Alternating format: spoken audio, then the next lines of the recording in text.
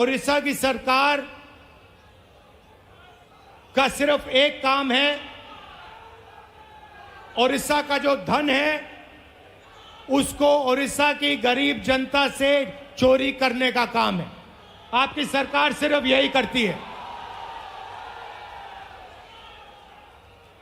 पहले बीजेडी की सरकार ये करती आई, अब बीजेपी की सरकार यही काम कर रही है। एक तरफ उड़ीसा की गरीब जनता, दलित, आदिवासी, पिछड़ा वर्ग, कमजोर लोग, किसान, मजदूर, और दूसरी तरफ 5-6 अरबपति और बीजेपी की सरकार, ये लड़ाई हो रही है। और इस लड़ाई में कांग्रेस पार्टी का कार्यकर्ता जो है वो ही इस लड़ाई को उड़ीसा के, वही इस लड़ाई को उड़ीसा की जनता के साथ मिलकर जीत सकता है और कोई नहीं जीत सकता है। भाइयों और बहनों, बीजेपी पूरे देश में संविधान पर आक्रमण कर रही है।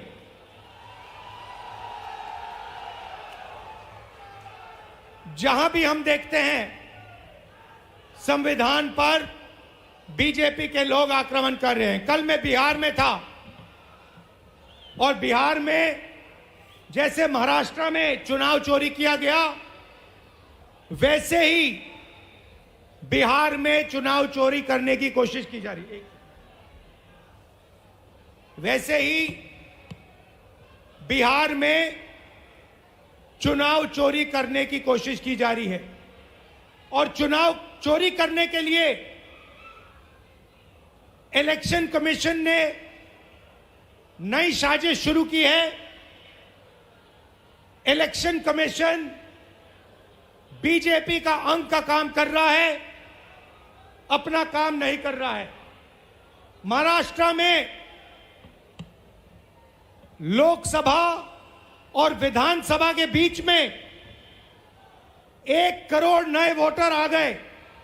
आज तक किसी को नहीं मालूम ये वोटर कौन थे और कहां से आए। हमने इलेक्शन कमीशन से एक बार नहीं, अनेक बार कहा है, आप हमें वोटर लिस्ट दीजिए, आप हमें वीडियोग्राफी दीजिए।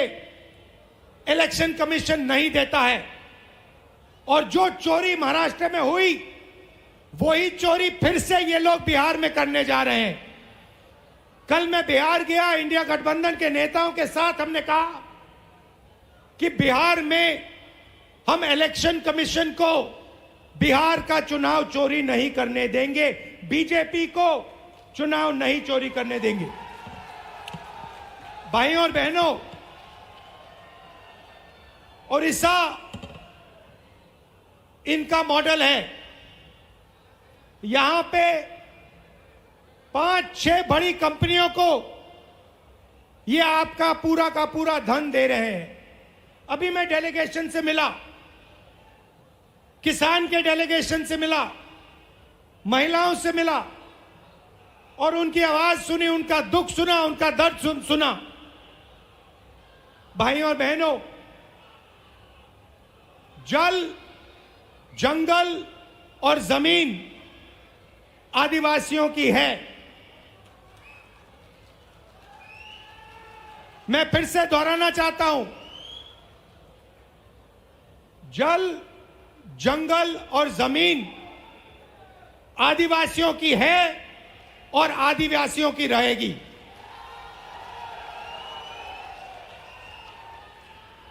यहां पे आदिवासियों को बिना पूछे जमीन से हटा दिया जाता है, पैसा कानून लागू नहीं किया जाता है, आदिवासियों को पट्टा नहीं दिया जाता है। ये जमीन उनकी है, जल उनका है, जंगल उनका है। और कांग्रेस पार्टी पैसा कानून लाई, ट्राइबल बिल लाई और इन कानूनों को हम लागू करके दिखाएंगे और आदिवासियों को उनकी जमीन वापस दिलवाएंगे। विकास भाइयों और बहनों, विकास 2-3% के लिए नहीं होता है। विकास 2-3 अरबपतियों के लिए नहीं किया जाता है। विकास उड़ीसा की जनता के लिए किया जाना चाहिए, गरीब लोगों के लिए किया जाना चाहिए, किसानों के लिए किया जाना चाहिए। यहां की सरकार 24 घंटा आपका धन, आपका जंगल, आपकी जमीन आपसे छीनती है, आपको जमीन से हटा देती है, आपको सही मुआवजा नहीं देती है, आपको धमकाती है, आपको डराती है। और मैं यहां स्टेज से कहना चाहता हूं, हमारे आदिवासी भाई हो, हमारे किसान हो, हमारे मजदूर हो, जिन पर भी सरकार आक्रमण कर रही है, जिनके खिलाफ अत्याचार हो रहा है, उनके साथ कांग्रेस पार्टी के सारे नेता खड़े मिलेंगे। मैं खड़ा मिलूंगा। और मैं आपसे कह रहा हूं कि जो आपका पट्टा है वो आपको कांग्रेस पार्टी दिलाएगी। अंत में कांग्रेस पार्टी ये काम करेगी। नरेंद्र मोदी जी एक नई योजना लाए थे। पूरे देश में उन्होंने फसल बीमा योजना, एक नई योजना लागू की थी। उन्होंने कहा था कि जब किसानों को मुश्किल होगी, तूफान, ओले से उनका नुकसान होगा, तो ये नई योजना उनकी मदद करेगी। और उन्होंने क्या किया? उन्होंने आपसे पैसा लिया, गरीब जनता से, गरीब किसानों से पैसा लिया, प्रधानमंत्री बीमा योजना के लिए सरकारों से पैसा लिया, सेंट्रल गवर्नमेंट से पैसा लिया, और वो पैसा उन्होंने उन्हीं 3-4 बड़ी कंपनियों को दिलवाया। आज सच्चाई ये है कि जब आंधी आती है, तूफान आता है, ओला गिरता है, किसान को मुआवजा नहीं मिलता। हजारों करोड़ रुपए नरेंद्र मोदी जी ने किसानों का पैसा, स्टेट सरकारों का पैसा, यूनियन दिल्ली की सरकार का पैसा उठाकर इन कंपनियों को दिया। मगर ये कंपनियां जब आपका नुकसान होता है, आपका पैसा वापस आपको नहीं देती हैं। यह सच्चाई है। और उड़ीसा के किसी भी किसान से आप ये पूछ लीजिए, जहां भी यहां पे नुकसान होता है, आंधी आती है, तूफान आती है, आप जाके पूछिए, किसान से पूछिए, क्या आपको बीमा योजना का पैसा मिला? और एक आवाज से उड़ीसा के सारे किसान आपको जवाब देंगे कि हमें पैसा नहीं मिला, हमारा पैसा चोरी किया गया, हमारा पैसा बीमा योजना में हमें नहीं मिलता है। मैंने शुरुआत में कहा कि एक कॉन्स्टिट्यूशन के खिलाफ, संविधान के खिलाफ आक्रमण है। संविधान गरीबों की रक्षा करता है, संविधान किसानों की रक्षा करता है, मजदूरों की रक्षा करता है। संविधान में कहीं नहीं लिखा है कि यह देश अदानी का है, अंबानी का है, अरबपतियों का है। यह आप संविधान खोल के देखिए, इसमें लिखा है कि यह देश हर नागरिक का है, इसमें हर व्यक्ति को एक वोट मिलेगा। जमीन इस देश की है, गरीब जनता की है, किसानों की है, किसी एक अरबपति की नहीं है। मगर जहां भी हम देखते हैं, चाहे वो उड़ीसा हो, छत्तीसगढ़ हो, जहां भी हम देखते हैं, एक नाम दिखाई देता है, अदानी, अदानी, अदानी, अदानी।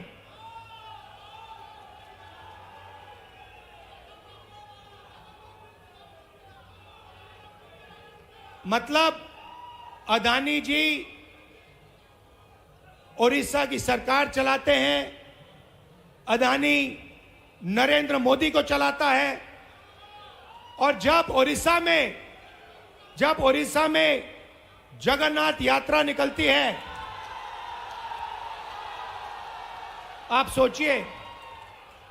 सोचिए, रथ निकलता है, जगन्नाथ यात्रा का रथ निकलता है, लाखों लोग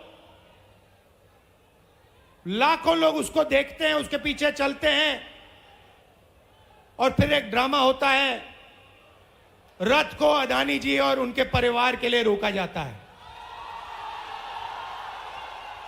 इससे आपको ओडिशा की सरकार के बारे में सब कुछ समझ आ जाएगा। यह ओडिशा की सरकार नहीं है, यह आपकी सरकार नहीं है, यह अदानी जैसे 5-6 अरबपतियों की सरकार है। और इसका लक्ष्य आपकी जमीन, आपका जंगल, आपके भविष्य को चोरी करने का है। मैं आपसे पूछना चाहता हूं, आपकी सरकार ने ओडिशा के युवाओं के लिए कितना रोजगार पैदा किया है? ये जो बड़ी बड़ी इंडस्ट्रीज आती हैं, बड़ी बड़ी जो कंपनियां आती हैं, आपकी जमीन ले जाती हैं, आपका धन ले जाती हैं, आपकी जो नेचुरल वेल्थ ले जाती है। मैं आपसे पूछना चाहता हूं, ये आपके कितने लोगों को रोजगार देती है? आप मुझे बताओ। आपका रोजगार खत्म करती हैं, छोटे बिजनेसेस को, छोटी कंपनियों को, स्मॉल मीडियम बिजनेसेस को खत्म करती हैं, और फिर आपकी जमीन, आपका धन, आपका जंगल, आपका जल उठा के ले जाती है। और एक नई बात शुरू हुई है ओडिशा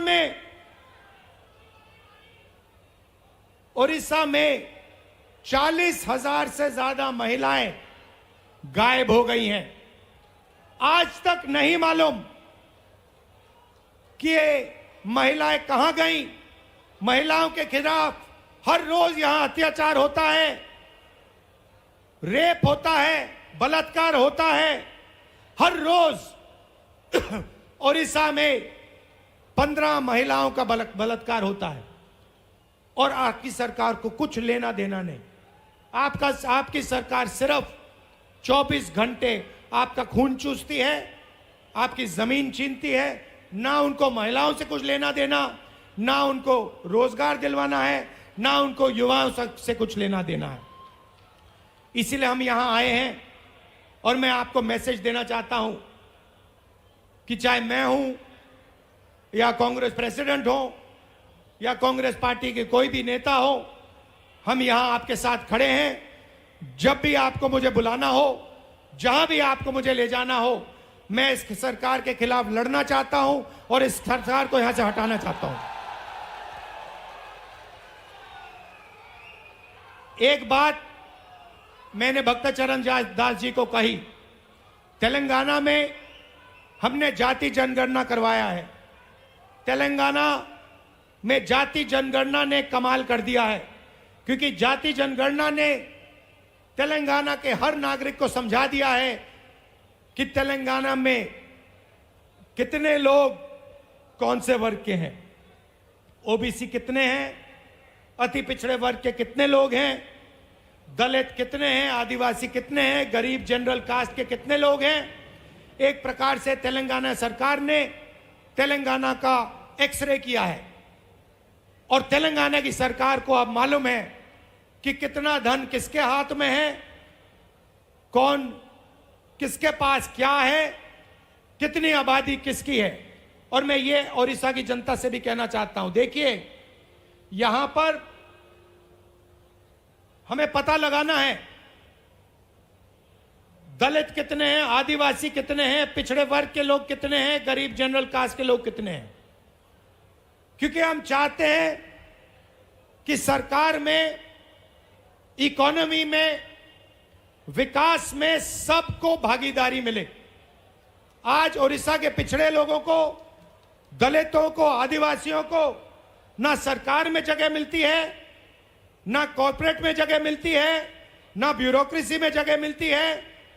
ये जो 5-6 कंपनियां आप पर राज कर रही है, मैं आपसे पूछना चाहता हूं, इनके मालिकों में कितने पिछड़े वर्ग के लोग हैं, इनकी मैनेजमेंट में कितने पिछड़े लोग के वर्ग हैं, कितने दलित हैं, कितने आदिवासी हैं, कितने गरीब जनरल कास्ट के लोग हैं, आपको एक नहीं मिलेगा।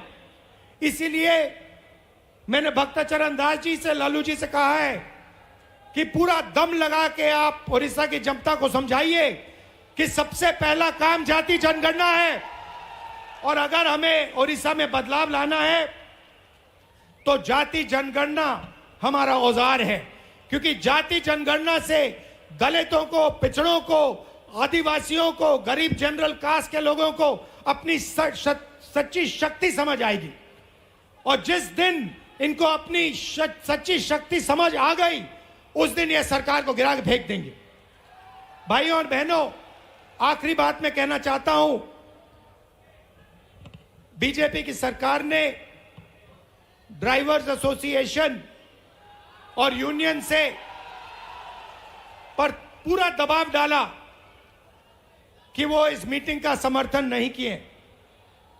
उन्होंने पूरा दबाव डाला, धमकाया और डराया ड्राइवर यूनियन को, एसोसिएशन को, कि यहां पे इस मीटिंग में कांग्रेस पार्टी का समर्थन न कीजिए और इस मीटिंग को डिसरप्ट करने में मदद कीजिए। और मैं यूनियन को और एसोसिएशन को धन्यवाद करना चाहता हूं कि आपने इस मीटिंग का समर्थन किया। और मैं इस स्टेज से कहना चाहता हूं कि सरकार को ड्राइवर एसोसिएशन और यूनियन की आवाज सुननी चाहिए और जो उनकी जेन्युइन डिमांड है उन्हें पूरा करना चाहिए। एक बार फिर मैं आप सबका दिल से धन्यवाद करना चाहता हूं।